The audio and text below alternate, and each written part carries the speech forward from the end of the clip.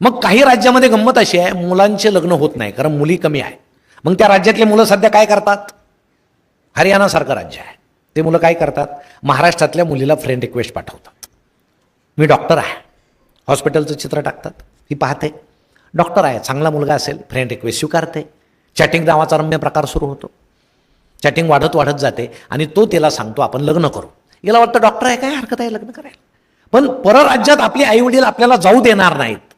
मग तो सांगतो विमानाच्या तिकिटाची सोय करतो, रात्री निघून ये. आणि एके दिवशी रात्रीही ज्या आईवडिलांनी आपल्याला तळ हाताच्या फोडाप्रमाणे जपलं, रात्र रात्र आपल्यासाठी ते जागले, आपल्याला नुसती सर्दी झाली तरी तुम्ही झोपता तुम्हाला माहीत नाही, आई जागीच असते. आई मध्ये मध्ये उठते, पाहते याला ताप तर आला नाही ना. रात्रीतून कितीतरी वेळेस तुमच्या अंगाला हात लावून जाते, तुम्हाला माहीत सुद्धा नाही. पप्पा मध्ये मध्ये उठतात, याचं बरं आहे का, नाही तर हॉस्पिटल. रात्रभर जागतात आई बाप आपल्यासाठी. आणि आपण काय करतो, एका क्षणात त्यांना सोडून कोण कुठला अनोळखी तरुण तिकडे निघून जातो. मग ही तिकडे जाते, हा भेटतो, ती विचारते हॉस्पिटल कुठे आहे. मग तिथं गेल्यावर तिला सत्य समजतं, हा डॉक्टर नाही, याचं हॉस्पिटल नाही, हा मवाली आहे, हा गुंडा आहे, हा गँगस्टर आहे. तुम्हाला सांगतो आमची ताई फसवली जाते. 2024 साली तुम्ही पोलिसांचा रेकॉर्ड पहा, आमच्या महाराष्ट्रातल्या 30 मुली ज्या रेकॉर्डवर आल्यात त्या परराज्यामध्ये गेल्या, फसवल्या गेल्या आणि त्या परत आल्या. परत आल्यानंतर कोण तुम्हाला सांभाळील? आपले आईवडील सांभाळतील. कारण आपल्या आईवडिलांना माझा मुलगा मुलगी कसंही वागला तरी इलाज नसतो, त्यांना तुम्हाला जवळ घ्यावं लागतं. म्हणून आपण थोडं भानावर आलं पाहिजे का नाही? कुणाला आदर्श मानलं पाहिजे आपण डोळ्यासमोर? पहिले आदर्श आपली आई आहे, दुसरा आदर्श आपले पप्पा आहे. किती आपल्या, तुम्ही मला एक सांगा, तुमच्यातल्या कोणी एका मुलीनं वर येऊन सांगा की तुमचे आईवडील आता AC मध्ये बसलेले आहेत, ते काही काम करत नाहीत, सगळी प्रचंड संपत्ती तुमच्याकडे आहे, ते तुम्हाला सांगतात तुला करायचं ते कर, काही घाबरू नको, जास्त ऊन लागलं की AC येऊन बस आमच्यासारखं. कोणी आहे का असं? नाही. तुमचे वडील कुठेतरी कामासाठी गेलेले आहेत, आई कुठेतरी कामासाठी गेलेली आहे. बाथरूममध्ये साधा साबणाचा तुकडा जर असला बारीक तर तुम्ही तो लावत नाही. तुम्ही सांगता मम्मी मला नवा साबण दे, कारण हा साबण छोटा झालाय. मम्मी नवा साबण देते, तुम्ही तो छोटा तुकडा फेकून देता. तो तुकडा तुम्हाला पुन्हा कुठं दिसत नाही. तुम्हाला वाटतं हा तुकडा यांनी फेकून दिला असेल. फेकून दिला जात नाही, तो तुकडा आपले पप्पा लावतात. का लावतात? कारण मला काटकसर करून माझ्या मुलाला मला शिकवायचंय, माझ्या मुलीला मला शिकवायचंय. ही गोष्ट लक्षात. ते मोबाईल मधले नको ते चित्र पाहून पाहून आता आम्हाला आमची आई कुरूप वाटायला लागली. मित्रांनो, या जगामध्ये सगळ्यात सुंदर कोण असेल तर ती आपली आई आहे. आई इतकं जगात दुसरं सुंदर कोणी नाही, कोणीच नाही. ह्या गोष्टी आपण मनाशी ठेवल्या पाहिजे की मला यांच्यासाठी शिकायचंय, मोठं व्हायचंय. आपण जेवढे शिकून मोठे होऊ तेवढा. म्हणून संस्कार कुठं होतात? कुटुंबात. संस्कार म्हणजे काय? चांगल्या सवयी. दुसरे संस्कार कुठं होतात? शाळेमध्ये होतात. तुम्ही एकमेकांचे मित्र आहात, मैत्रिणी आहात, आपल्याला चांगले मित्र पाहिजे. तुम्हाला गंमत सांगू का? म्हणजे लहानपणी गंमत काय व्हायची, आमचे खेळ काय असायचे. रस्त्यानं चाललं की एखादा आमच्या वर्गातला मुलगा म्हणायचा, अरे तो बिडीचा तुकडा दिसतोय, बिडीचा ओढून पाहिजे का, धूर कसा निघतो. आता बाकीचे त्याला जर म्हटले हो तर ती ओढायची, पण एखादा म्हणजे फेकून दे, ते वाईट असतं, त्यानं कॅन्सर होतो. संगत कशी असावी? भानावर आणणारी असावी, आपल्या हो मध्ये हो मिसळणारी नसावी. आपले मित्र कसे असावेत? आपल्याशी स्पष्ट बोलणारे असावेत. तुम्ही जर काही करायला गेलात आणि मित्र जर म्हटले माझा पाठिंबा आहे, तो मित्र आहे असं तुम्ही समजू नका. त्या मित्रानं तुम्हाला सांगितलं पाहिजे चांगलं काय, वाईट काय. वर्गामध्ये तुम्ही शिकता, किती छान शिकता. सर तुम्हाला ज्ञान देतात. आता तुमच्याकडे नसेल, पण महाराष्ट्रात काही ठिकाणी मी असं ऐकतोय, सर समोर ज्ञान देत आहेत, शिकवतायत आणि मागच्या बेंचवर बसून मोबाईल खेळतायत. असंही होतं. तसं करू नका. खरे गुरु तुमच्या वर्गामध्ये आहेत, ते सगळं ज्ञान तुम्हाला देतात. आम्ही ते करत नाही. म्हणून तुम्हाला मागाशी भाषेचं सांगितलं. आता इंग्रजी तर तुम्हाला आलीच पाहिजे, चांगली आहे. हिंदी तर तुम्हाला येत असेल. मराठी तर इतकी सुंदर भाषा आहे, आईची भाषा आहे, ती आपल्याला आलीच पाहिजे. पण भाषे वाचून काही अडत नाही असं माझं मत आहे. तुम्हाला गंमत सांगतो, जुन्या काळी एक गुरुजी होते आणि त्यांना एकच शब्द माहीत होता इंग्रजीतला. जुन्या काळातल्या शिक्षकांना इंग्रजी येत नव्हतं. त्यांना एकच शब्द माहीत होता, गेट आउट. गेट आउट म्हणजे काय? बाहेर हो. आणि त्यांनी तो एक दिवस वापरला वर्गात. ते एका मुलाला म्हटले गेट आउट. ते बिचारं गेलं ना, असं बाहेर उभं राहील, रडत उभं राहील. आता गुरुजींना त्याची दया आली. गुरुजींना वाटलं बिचार रडतं, याला आत बोलवलं पाहिजे. पण आता याला जर इंग्रजीत हाकललं आहे तर इंग्रजीतच बोलवलं पाहिजे. पण इंग्रजीत आत बोलवायला काय म्हणतात गुरुजींना माहीत नव्हतं. काय करायचं? मग गुरुजी बाहेर गेले, त्याच्या पाठीमागे जाऊन उभे राहिले, वर्गाकडे बोट करत म्हणाले गेट आउट. ते बिचार वर्गात आलं. काही बिघडलं नाही, काही बिघडलं. पण आता गंमत अशी आहे, आमचं डोकं तेवढं सुपीक आहे का सगळ्या गोष्टी येण्या इतकं? असेल तर तुम्ही त्या बाजूलाच आहे. पण नसताना सुद्धा आमच्यावरती बळजबरी होते. आणि आमच्या पप्पांना हौस असते, माझ्या काही मुलं इंग्रज शाळेत जातात पा, दिवसभर इंग्रज शाळा, घरामध्ये मराठी, गावामध्ये मराठी. काही मुलांना मराठी 1 to 100 मराठी येत नाही, इंग्रजीच येते. आता खेड्यातलं पोरगं जर असलं, त्याला जर मराठीत ते आकडे येत नसले, त्याला सांगितलं साखर आण, दुकानात जाऊन 20 रुपयाची साखर आण, आणि ते दुकानात जाऊन जर म्हटलं 20 रुपयाची शुगर द्या, काय होईल? दुकानदाराला समजणार नाही. तो म्हणाला आधीच माझी शुगर वाढली आहे, याला अजून कुठून द्यायचं? नाही, मराठी जिथं आपण जगतो तिथं ती भाषा आपल्याला आली पाहिजे. आणि माणसाच्या व्यक्तिमत्वाचा विकास कशानं होतो? भाषेनं होतो, आपल्या आईच्या भाषेनं होतो. म्हणून आधी आईची भाषा शिका, मग गरजेसाठी इंग्रजी शिका. पण पप्पांना हौस. एकदा एका पप्पांनी सांगितलं सरांना, इंग्रजीचे सर भेटले, म्हणे माझ्या मुलाकडे जरा लक्ष द्या, तो इंग्रजीचे उच्चार जरा त्याचे चुकीचे वाटतात मला. सर म्हटले ठीक आहे. मग वर्गात त्याला उभं केला आणि सर त्याला म्हटले म्हण बाळ इलेक्ट्रिसिटी. पोरगं म्हटलं इलेक्ट्रिसिटी. सर म्हटले चुकला, इलेक्ट्रिसिटी नाही, इलेक्ट्रिसिटी सिटी. पोरगं म्हणायचं इलेक्ट्रिसिटी. तासभर हाच खेळ सुरू होता. तुम्हाला सांगतो पिरियड संपल्यावर सर त्याच्या नादाने इलेक्ट्रिसिटी म्हणायला लागले. संध्याकाळी त्याचे वडील भेटले, म्हणे काय तुमचा मुलगा काय झालं? म्हणे अहो तो इलेक्ट्रिसिटीला इलेक्ट्रिसिटी म्हणतो. त्याचे वडील म्हटले जाऊ द्या सर, त्याच्या बुद्धीची कॅपॅसिटीच तेवढी आहे. सरांना धक्काच बसला. मग आता पोरग इलेक्ट्रिसिटीला इलेक्ट्रिसिटी म्हणतं, बाप कॅपॅसिटीला कॅपॅसिटी म्हणतो. यांच्या घरात टीटीचे इंजेक्शन जास्त दिलेले दिसत आहेत. दुसऱ्या दिवशी सर निघाले शाळेमध्ये, आजोबा बसलेले ओट्यावर. म्हणे आजोबा काय तुमचं घर? म्हणे काय झालं? अहो तुमचा नातू इलेक्ट्रिसिटीला इलेक्ट्रिसिटी म्हणतो, त्याचे वडील कॅपॅसिटीला कॅपॅसिटी म्हणतात. आजोबा म्हटले सर इकडे या. सरांच्या कानात म्हटले आहे ते बरं आहे, कृपया प्रकाराची पब्लिसिटी कुठं करू नका. आता असं एखादं घर भेटलं तर अवघड आहे. म्हणून वर्गामध्ये आम्ही काय शिकतो? आपल्याला प्रश्न पडला की आपण उभा राहून सरांना विचारलं पाहिजे, सर मला असा प्रश्न पडलेला आहे. आम्ही नाही विचारत, आम्ही घाबरतो. नाही वर्गात तुमचं धाडस झालं, सर बाहेर भेटल्यावर त्यांना विचारा, सर मला शंका आहे, असं का घडतं? पृथ्वी जर गोल असेल तर असं का घडतं? तुम्ही सरांना विचारा. इतके पक्षी आहेत, शेकडो पक्षी आहेत, चिमण्या आहेत, कबूतर आहेत, सगळे. तुम्हाला पक्षी मेलेले आढळतात का रे रस्त्यावर? पक्षी कसा मरतो? पक्षी एक तर शिकारी त्याला मारतो किंवा तो तारेला चिपकतो. पण पक्षी म्हातारा झाला आणि मेला असं तुम्हाला कुठं दिसलंय का? नाही दिसलं. मग का पक्षी मरत नाहीत का? पक्ष्यांचं वय किती असतं? 30 दिवस, 40 दिवस, 60 दिवस. तुम्ही सरांना विचारा की माणसं म्हातारे होऊन मरतात, वृद्ध होतात. हे एवढे सगळे पक्षी आहेत, अहो हे म्हातारे होऊन मेलेले दिसले पाहिजे ना. रस्त्यावर पडलेत, झाडाखाली पडलेत, दिसत नाहीत. मग पक्षी मरतो की नाही? का मरतच नाही? एका शास्त्रज्ञाला हा प्रश्न पडला. मग तो एका झाडाखाली बसला, खुर्ची घेतली, वही घेतली. त्या झाडावर शेकडो पक्षी यायचे रोज. मग तो लक्ष द्यायचा, हे आता खाली पडेल, एखादा म्हातारा होईल. एकही पक्षी खाली पडताना त्याला दिसला नाही. मग त्या शास्त्रज्ञानं जो शोध लावला, त्या शोधाला अजून कोणीही आव्हान दिलेलं नाही, त्याच्या पलीकडे कोणी शोध लावलेला नाही. त्या शास्त्रज्ञानं असा शोध लावला की पक्षाला 6 सेन्स असतो. जसे आपल्याला पंचेंद्रिय आहे, तसं पक्षाला एक 6वं इंद्रिय असतं जे दिसत नाही. आपल्याला सुद्धा आहे. कधी कधी आपल्याला पुढची होणारी गोष्ट कळते की नाही, की होणार आहे असं आपल्याला पुसटसं कळतं, होणार आहे. ते 6वं इंद्रिय आहे. तसं पक्षाचं ते स्ट्रॉंग असतं.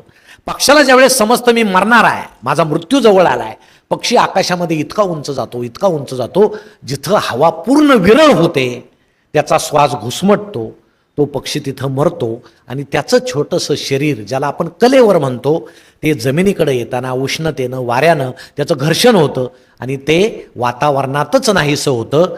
म्हणून म्हातारा झालेला पक्षी आपल्याला मेलेला आढळत नाही. हे त्या शास्त्रज्ञाला लावलेला शोध आहे आणि याला अजून कोणी आव्हान दिले. हे प्रश्न आमच्या मनात निर्माण झाले पाहिजे. ज्याला प्रश्न पडतो तो संशोधक होतो, तो शास्त्रज्ञ होतो, त्याचा अभ्यास चांगला असतो. आम्हाला प्रश्न पडतच नाहीत, नाही पडत प्रश्न, पडले पाहिजे. तुम्ही हे संस्कार शिबिर घेता, तुम्ही आमच्या जागीरदार साहेबांना विचारलं पाहिजे का घेता? ते म्हणतील तुमच्यासाठी घेतो. मग आमच्यासाठी तरी का घेता? ते म्हणतील नाही मला अशी शंका आहे की तुम्ही आता बिघडणार आहात, तुम्ही बिघडण्याआधी तुम्हाला सुधरवलेलं बरं आहे असं ते म्हणू. मग आपण बिघडलेलो आहोत का? मनाशी विचारा बरं, बिघडलेलो आहोत का? अजिबात नाही, आम्ही बिघडलेलो नाही, आमची बुद्धी इतकी छान आहे. फक्त आता नवीन नवीन जे येतंय AI आलं, आर्टिफिशियल इंटेलिजन्स आलं. नाही काय काय त्याच्यामध्ये सोय आहे. ते काय गिबली का काय ते हां हां छान आहे ते. कसे म्हणजे आपला चांगला चेहरा आपल्याला पटतच नाही, कशात तरी घालायचा आणि भेसूर करायचं. बरं तुमचं जाऊ द्या, परवा मी एका लग्नात पाहिलं, नवरा बायकोचे ते फोटो काढून असे लावले होते. म्हटलं यांचं जमलं तरी कसं त्यांचे चेहरे म्हणून. मी माझा फोटो त्यात टाकला. काय उत्तर आलं माहीत आहे का तुम्हाला? फोटो नाही आला, त्यात उत्तर आलं, मुळात तुमचा चेहराच तसा आहे, काही टाकू नका तुम्ही. आता आमच्या काहींचे चेहरेच मुळात तसे आहेत, पण इतकं नवीन नवीन येत आहे. आम्हाला निबंध लिहायचा, माझी आजी. अहो लिहा ना छान, माझी आजी कशी आहे. तुम्ही घरात पाहता ना तुमची आजी कशी आहे, लिहा. आम्ही नाही लिहित, आम्ही लगेच AIला सांगतो निबंध लिहून दे माझी आजी, लगेच AI निबंध लिहून देतं. आता ती AIची आजी झाली का तुमची झाली? पण ती तुमची म्हणून तुम्ही लिहिता. मग तुम्ही म्हणता अहो हे फार रागीट झाले, माझी आजी इतकी रागीट नाही, माझी आजी प्रेमळ आहे, जरा प्रेमळ निबंध लिहून द्या. लगेच प्रेमळ निबंध येतो. अहो माणसं रजेचा अर्ज सुद्धा आता स्वतः लिहित नाहीत सर, AIनं लिहितात. ते सांगतात उद्या मला रजेवर जायचंय, मला रजेचा अर्ज द्या, AI लिहून देतं. अहो हे जर तुम्हाला सांगतो माणसाला शेपूट होतं, नाहीसं कसं झालं? कारण त्याचा काही वापरच नव्हता, म्हणून नाहीसं झालं. तुम्ही जर तुमचा मेंदूच आता वापरला नाही तर हळूहळू पेशी नाहीशी होते. तुम्ही त्या भाजीवाल्याकडे जा. पूर्वी आमची आई जायची भाजीवाल्याला, सांगायची 2 जोड्या मेथी, 2 जोड्या शेपू, अमुक तमुक. तो लगेच सांगायचा इतकं इतकं. हां मॅडम 140 रुपये झाले. आता भाजीवाला काय करतो? मोबाईल. 2 जोड्या त्या 10-10 रुपयाच्या, तो 10 अधिक 10 20 रुपये झाले. मग त्याची बेरीज करण्याची पेशी मेली, राहिलीच नाही. जे आम्ही वापरत नाही, जे वापरत नाही ते मरत जातं. म्हणून आता तुम्हाला सांगतो काही माणसं कुणी भाषण करते ना ते सुद्धा त्यांना समजत नाही, ते असे पाहतात. मी आता महाराष्ट्रभर जातो ना, विनोद झाल्यावर बाकीचे मुलं हसतात, हे नुसतं असं पाहतं. समजून घ्यायचं हे मोबाईलच्या आहारी गेलेलं आहे, त्याला काही समजत नाही, ते असं पेशी त्याच्या ठेसल्या गेलेल्या आहेत. सध्या 2च माणसं हसत नाहीत, एक मोबाईलच्या आहारी गेलेले आणि दुसरे कोरोनामध्ये रेमडेसिवीर घेतलेले. ज्याला 10-12 रेमडेसिवीर दिलेत ना त्याला अजूनच सुचत नाही काय चाललंय, पण ते नुसते जगतायत असे मस्तपैकी. नाही तर तुम्हाला कोणी जर बिघडलेलं भरत असेल तर तुम्ही सांगा आम्ही बिघडलेलो नाही. तुमच्या काळात आता तुम्हाला जर वडील म्हटले तुला काही कळतं का नाही, मी फाटकी चड्डी घालायचो, मग तुम्ही म्हणायचं मग माझी फाडता का? आता माझी चांगली आहे, तुम्हाला वाईट वाटतंय का? आता तुमच्या वडिलांनी तुम्हाला फाटकी दिली, यात काय फार अभिमानाची गोष्ट होती का? आता तुम्ही चांगले आहात, मला चांगली दिली. आता मी जर नाही चांगला राहिलो तर माझ्या पोराला फाटकी देईल, आणि फारच वाईट वागलो तर देणार सुद्धा नाही. हे तुम्ही म्हटलं पाहिजे. पण मग फाटकं घालायचं का? घालायचं का फाटकं? कुठेतरी सिनेमात पाहायचं. आता ते सिनेमात त्या नटनट्यांना कपडे देतात, निर्माते देतात, घाला, आणि दिल्याबरोबर काढून घेतात. आपण ते पाहतो, अरे ते फॅशन आहे. काही मुलं तुम्हाला सांगतो घालतात ते, म्हणजे शहरात घालतात ठीक आहे, खेड्यात घातले तर कुत्री मुंगतात कोण आला नाही. मी मध्यंतरी गेलो होतो एका गॅदरिंगला पुण्यामध्ये, समोरून तरुणींचं टोळकं येताना दिसलं. तरुण होते, तुम्हाला सांगतो अक्षरशः बॉम्बस्फोटात उद्ध्वस्त झाल्यासारखे दिसत होते. कोणाचे इथं फाटले, कोणाचे इथं फाटले, कोणाच्या पॅन्टीत गोळ्या शिरल्यात, सगळे छिद्र. आणि आई सुद्धा सांगते तो मधला नाही का, तो मधला नाही का, तो पॅन्ट फाटलेला तो माझा आहे. अरे कौतुक आहे, म्हणजे आता कौतुक कशाचं वाटावं नाही. हा पूर्वी तुम्ही यांना विचारा, तो ही यायची बोहरीन, तिच्या डोक्यावर असे जर्मलचे हंडे वगैरे असायचे, बरण्या असायच्या काचेच्या गल्लीमध्ये, आणि ती मोठ्यानं ओढायची, फाटके कपडे द्या आणि बरणी घ्या.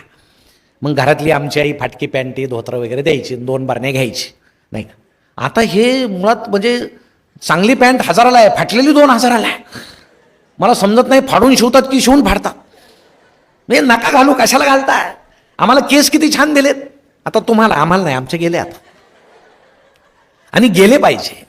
म्हणजे माझं तर मत कसं आहे की जुन्या माणसांचे केस का जातात? देव सांगतो आता नवीन मुलं जे ताने जन्माला घालायचे त्यांना जावळ पाहिजे, मग तुमचं काढून नेतो वरून. असे ते कारंजासारखं असतं. असं देव स्वतःचं काही वापरत नाही, तुमचंच घेतो आणि तुम्हालाच देतो, करा भाऊ वगैरे, असं नाही. अशी गंमत असते नाही. आणि मग आमचे गेले, आता तुम्हाला किती छान केस आहेत, तुम्ही किती सुंदर दिसता, असा कट मारायचं वगैरे छान, पण तुम्ही काहींच्या कटिंग पहा, असं अर्ध इकडून अर्ध. मी तर एकाला विचारलं, ते तू अर्धीच कटिंग केली, नाभीमध्येच पळून गेला का? तो म्हणे नाही ही पूर्ण कटिंग आहे काका. हो हिला जास्त पैसे लागतात, साधी करायला 40 लागतात, हिला 80 लागतात. ते कोरीव काम करावं लागतं नाभ्याला, आणि त्याचं भूमिती खूप चांगला आहे, सरळ कोण त्रिकोण असे अष्टकोन वगैरे. कधी कधी चिमणीसारखं घरटं करतो तो असं, मग चिमणीला वाटतं या घरट्यात जाऊन बसावं अशी ती परिस्थिती. अहो चांगलं दिसणारं पोरगं बेसूर दिसतं.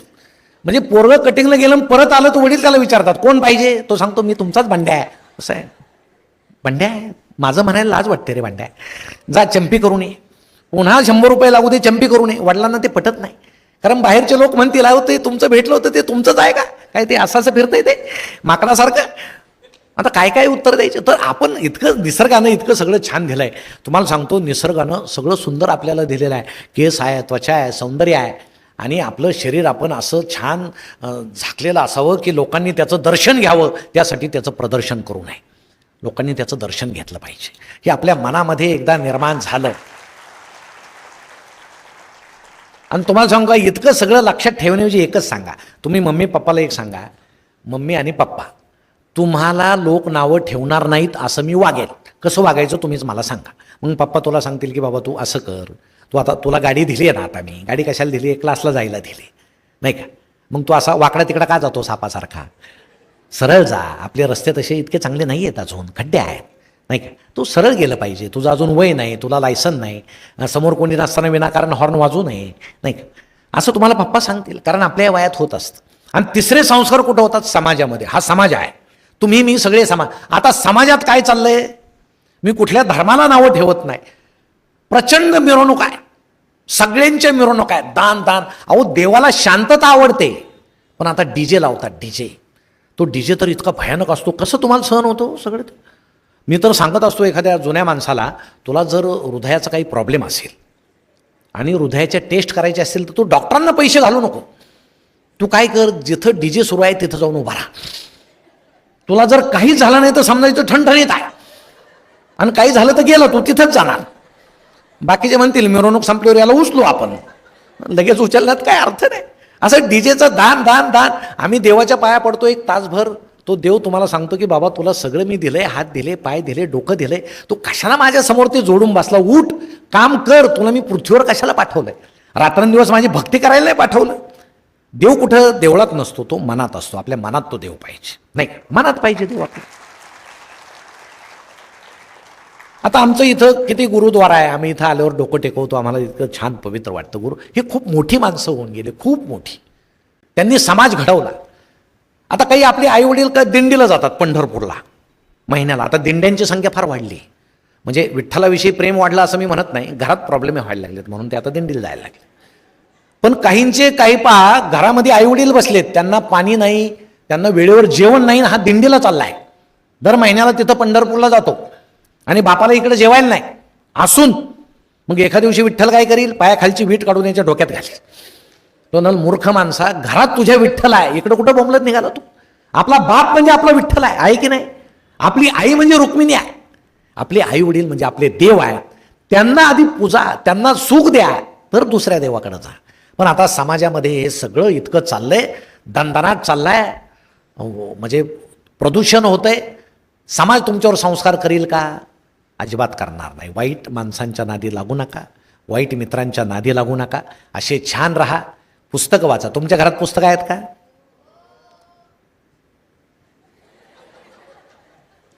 पाहुण्याचं समाधान करायचं बोला नाही, हो येऊ का पाहायला, असतील असले तर उत्तम आहे, असू द्या, नसले तर पप्पांना सांगा. मोबाईल कितीचा आहे, 40,000चा. टी व्ही कितीचा आहे, 2 लाखाचा. घरात पुस्तक आहे का, गुरु गोविंद सिंगाचं पाहिजे, छत्रपती शिवाजी महाराज पाहिजे, आंबेडकर पाहिजे. पुस्तकं ठेवा ना घरामध्ये, वाचा, त्या गोष्टी वाचा, मजेशीर असतात. आम्ही नाही त्या गोष्टी वाचत. मग पुस्तकं आमच्यावर संस्कार करतात, पुस्तकं पाहिजे. आणि असे संस्कार शिबिर पाहिजे जिथे येऊन आम्हाला बोलता येईल. मला वाटतं मी मगाशी जागीरदार साहेबांना यांच्याशी बोललो की एकदा तुम्ही पालक बोलवा, पालक. हे मुलं बिचारी यांची काही चूक नाही. आता उलटी गंमत आहे, आता तुम्ही पालकांवर संस्कार करा. तुम्ही आईला सांगा टी व्ही बंद कर, पप्पाला सांगा काय पाहतो इतकं मोबाईलमध्ये, पाहू द्या मला इकडं. ते चल हो तिकडे, हो तिकडं म्हणजे मी तुमचा मुलगा आहे का, हो तिकडं. तुम्ही आम्हाला सांगता मोबाईल पाहायचा नाही, तुम्ही पाहायचं, ही कुठली पद्धत आहे, जमणार नाही म्हणायचं. पाहू द्या काय पाहता, आणि पाहायचं असलं तर माझ्यासमोर पाहायचं नाही. आम्हाला नावं ठेवता, की सगळे झोपताना आम्ही पाहतो त्या चादरीच्या आत. तुम्ही काय करता? तुम्ही पाहायचं नाही. तर 70% मुलं अनुकरण करतात की आई बाप जे पाहतात ते करतात. म्हणून आपण आता आईवडिलांना सांगितलं पाहिजे की मी जर चित्र काढतोय, मला चित्रकलेची वही आणून दे, रंग आणून दे. मी जर निबंध लिहितोय, मी छान निबंध लिहील, मी मोठा लेखक होईल. एक चित्र कितीला विकतो? कोटी कोटी रुपयाला विकतो. आणि आपल्या मम्मी पप्पाला काय वाटतं? 90% पडले पाहिजे, डॉक्टर झाला पाहिजे, इंजिनियर झाला पाहिजे, टीचर झाला पाहिजे. त्याच्या पलीकडे काही आहे की नाही? अहो, साधी रांगोळी काढली तर 40-40 हजार रुपये मिळतात. लग्नामध्ये नवरीला मेहंदी जर काढली 50-50 हजार रुपये मेहंदीचे घेतात. ही कला आहे. या बाकीच्या कला सगळ्या तुम्हाला आल्या पाहिजे. फक्त मार्क्स पडणं म्हणजे मी हुशार असं अजिबात समजू नका. सगळ्या कला येणं, त्याबरोबर गुण पडणं म्हणजे आपली हुशारी आहे. म्हणून तुमचं सगळं व्यक्तिमत्व अत्यंत सुंदर हो अशी मी शुभेच्छा व्यक्त करतो. अशा संस्कार शिबिराला येत राहा. आपल्या टीचर्सचं, आपल्या मम्मीचं, आपल्या पप्पाचं मन लावून ऐका. त्यांची कुठंही अप्रतिष्ठा होणार नाही असं वागा. निश्चित तुम्ही खूप छान आणि गोड मुलं आहात, तसे वागाल याची मला खात्री आहे. त्यासाठी आणि या संस्कार शिबिरासाठी जागीरदार साहेब आपल्या फाउंडेशनसाठी व आपल्याशी जोडले गेलेल्या शिक्षण संस्थेसाठी मी मनपूर्वक शुभेच्छा देऊन या ठिकाणी थांबतो. धन्यवाद.